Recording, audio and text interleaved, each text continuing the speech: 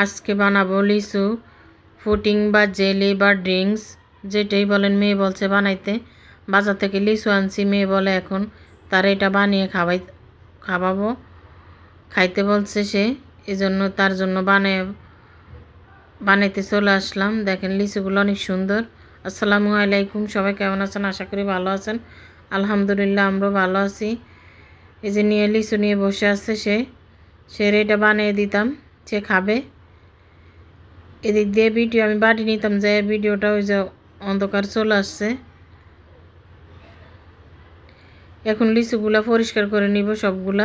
সবগুলা নিব না, আমি এখানে 30টা নিব, 30টা পরিমাণ।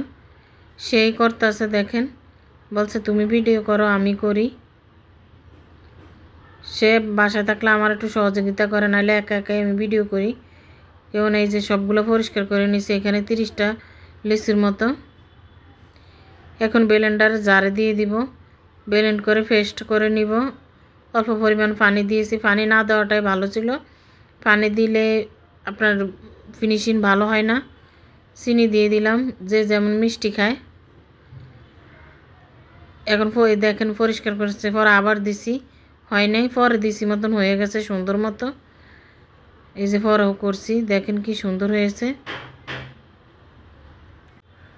এখন আগার পাউডারটা গুলে নিব, পানি দিয়ে একদম মিক্স করে নিব। এখান থেকে অল্প পরিমাণ পানি দিয়ে আগার পাউডার দিয়ে জমাট বাঁধার জন্য। দেখেন হয়ে গেছে। এখন আমি চুলার কাছে চলে যাব। চুলায় দিয়ে দিলাম অর্ধেক পরিমাণ, আর অর্ধেক রেখে দিলাম। এখন ওই আগার পাউডারের ইয়াটা দিয়ে দিলাম, দিয়ে ভালোভাবে লাড়তে হবে, নাহলে নিচ লেগে যেতে পারে। এই দেখেন হয়ে গেছে।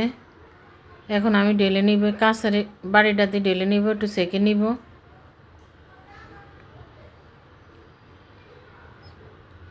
ভিতরে কোনো ইয়া থাকবে না, একদম সুন্দর হবে। ঠান্ডা করে আমি নর্মাল ফ্রিজে রেখে দিছি আধা ঘন্টার মতো। দেখেন কি সুন্দর হয়েছে। এখন পিস করে নিব সুন্দর করে।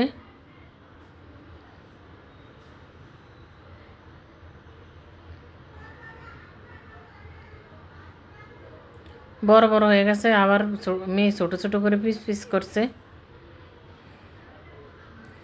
খেতে অনেক মজা হয়েছে। এইখানেও আমি আগার পাউডার দিয়ে দিলাম, দিয়ে আবার এইটার বাকিটা করে নিব। এটাও তো ঘন করা লাগে না, পাতলা থাকলেই জমে যায় আগার পাউডার দেওয়ার কারণে। উপরে ফেনাটা আমি উঠে ফালাই দিব। এখন দেখেন আমি কতগুলা দিছি, এই বাটিটার দিছি, ছোট ছোট বাটির দিছি। মেয়ে বলছে এগুলা দিতে, সবগুলা দিয়ে উপর দিয়ে এগুলা সব দিয়ে দিব। দিয়ে একটু ঠান্ডা হইলে নর্মাল ফ্রিজে রেখে দিব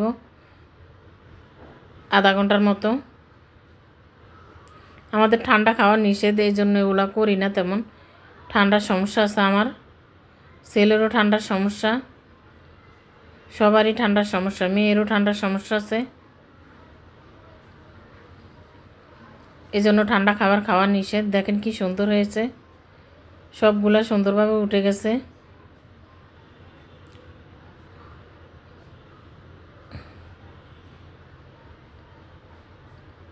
কালারটা সাদা হয় না কেন জানি না, একদম সাদা হয় না, ফানি কালার হয়েছে।